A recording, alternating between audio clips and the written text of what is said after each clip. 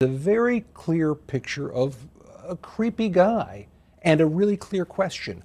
Why did so many people who had so much to lose keep hanging out with him? We sat down with a couple of experts and said, you look at this, law enforcement people, tell us what you think. I think women, as I said the last time, have an intuitive sense. What is intuitive? They have intuition, they have feelings, and they're able to deal in the realm of things that men, especially men like myself, find unexplainable. So Melissa Merola, as a former profiler, Christine Dunn as a former federal prosecutor, when you hear that, what do you see? So I see somebody who clearly knows how to take advantage of a situation, how to size somebody up and determine, is there a way that I can spot vulnerabilities and that I can use those vulnerabilities and exploit them in some capacity? I don't think he viewed any of his victims as actual people. They were, things to be used by him. To what degree do you think this lavish lifestyle that he exposed people to was also just part of the whole equation? We know that most of his victims were vulnerable individuals. And so they see something like this and they think, this is opportunity for me to get ahead, to have a stable income, to have, a place that I can go. And so it's part of the grooming process. It really is. I'm in the privileged position to have some of the world's smartest people come to my house and tell me what they think about different subjects. Well, I think all of these famous individuals gave him legitimacy. You come into this situation and you see, well, Jeffrey Epstein is good friends with this person that I admire and respect, so there must be some legitimacy to him. One of the things he talked about was his contact with other people and opportunities he could make for them. He said there's this company called he said he mentioned it to you. He thinks they'll pay you a couple of $1 million to be on the board. You're going to make a lot of money.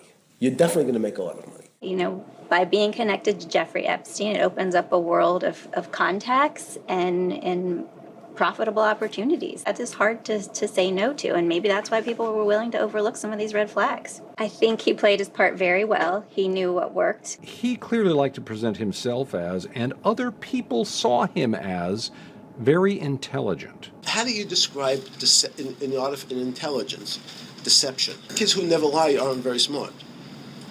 They're not very intelligent, right? Do you see an intelligent mastermind, though, or do you see a con man?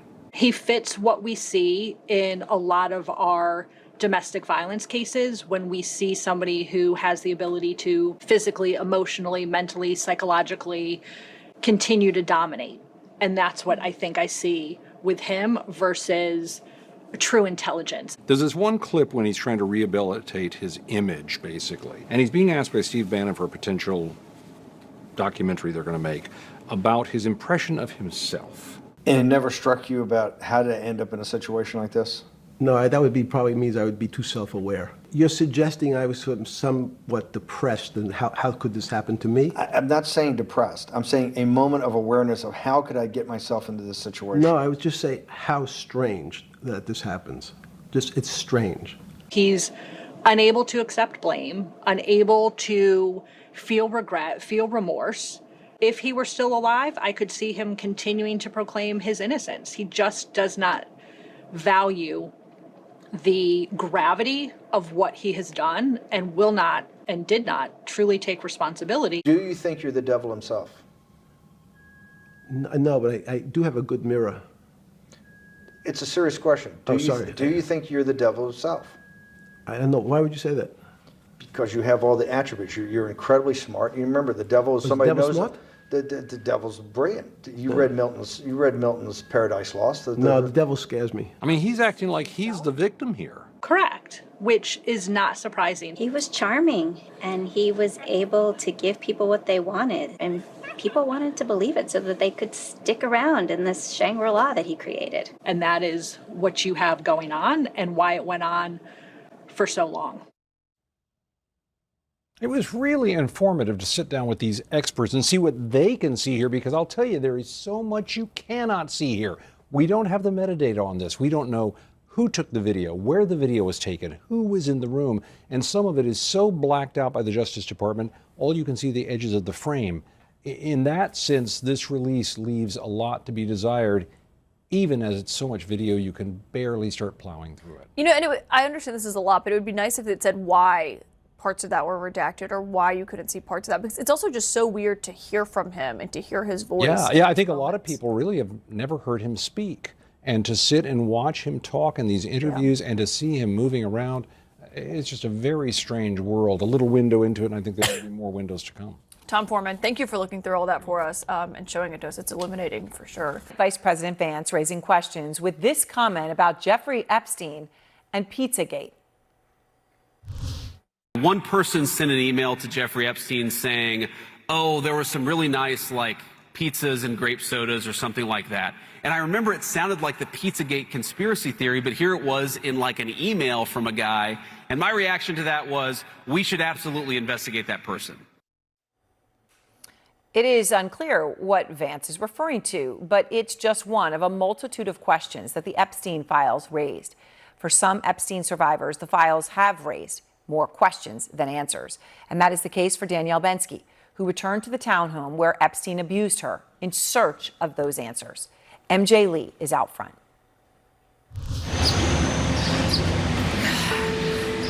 You okay? Yeah. It's just not easy to see, it holds a lot. And just who I was before I stepped into these doors and who I was after. It's so long ago that I think now, after becoming a parent especially, you start to realize that 17 is so little, I remember standing right there. There was the JE on the side. Would have been here. Yeah. What did you think you were coming here for? What were you told? To be a masseuse, yeah.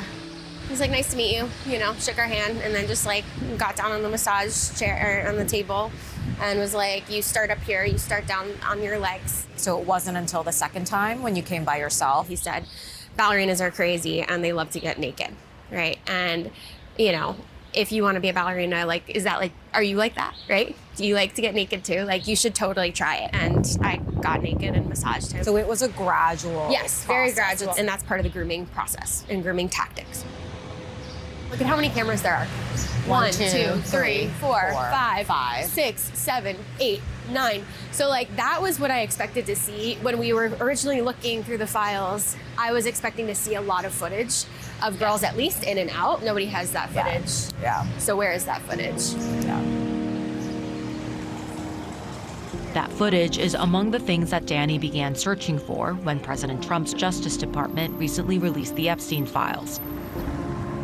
What she found instead was what she told law enforcement about Jeffrey Epstein in 2008 when she was subpoenaed by the FBI. I was terrified. So I remember calling my mom. Yeah. And my mom had said, you're going to derail your whole life, and something that Jeffrey had already said to me multiple times. Basically, you'll be brought up on prostitution charges. That's the headspace you were in. Completely. And so I kept walking back, the amount of times, the level of abuse, I blamed it on a friend a lot of the time. Let's go through it a little bit. Yes. This person became very upset, and Jeffrey ended up throwing the money at her and yelled at her to get out of his home. That was me. That was you. Yeah. So. Well, you're talking about your experience Yeah. as though you're somebody else. Yes, because that is disassociation. If I can remove myself and I can look at it as if it's someone else, then I don't have to experience it again. Danny was interviewed by the FBI one more time in 2019 about Epstein. She said she again was unable to share the full truth. I find it so hard to reread these and look at these because it's why couldn't you just be honest? Why couldn't you just tell someone? Danny also found her MySpace account from 2008 and photos of familiar rooms and objects inside of Epstein's townhouse. I sense that with you, there's this fear that this moment is going to pass. There are people out there right now, 17-year-old girls right now, in parts of the US that are being exploited and trafficked, right? So I think that there's a lot of responsibility for those of us that have taken this story and turned it into advocacy. This was part of a claim that I had to actually tell my story for the first time. My mom was diagnosed with a brain tumor called an acoustic neuroma. We looked at my mom's scans, and he said that all it would take was one phone call to Mount Sinai to get her the top of the line care. He asked what I would do for it. He told me that he wanted me to procure others, which I never did, though I was so intimidated by him. At our sessions after, he repeatedly physically abused me and made me do things to him. Finally, my mom had her surgery, no help from Jeffrey. And so I stopped answering the calls. Before Jeffrey, I was a vivacious dancer with a love for ballet and the arts.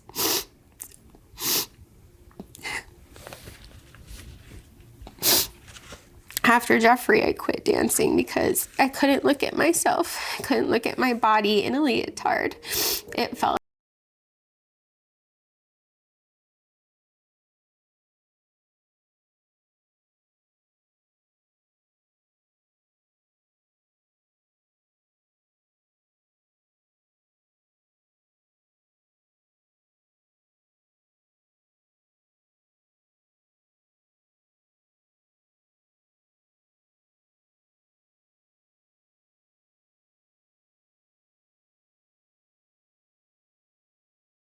There is any footage from the cameras that were outside of Jeffrey Epstein's house, and a DOJ spokesperson told me that all of the footage, the camera footage that is in the Justice Department's possession, has been released. Now, meanwhile, the DOJ did not comment on my inquiries about Danny's name still appearing in the files, but we will tell you that since the filming of this interview, her name no longer appears in the files.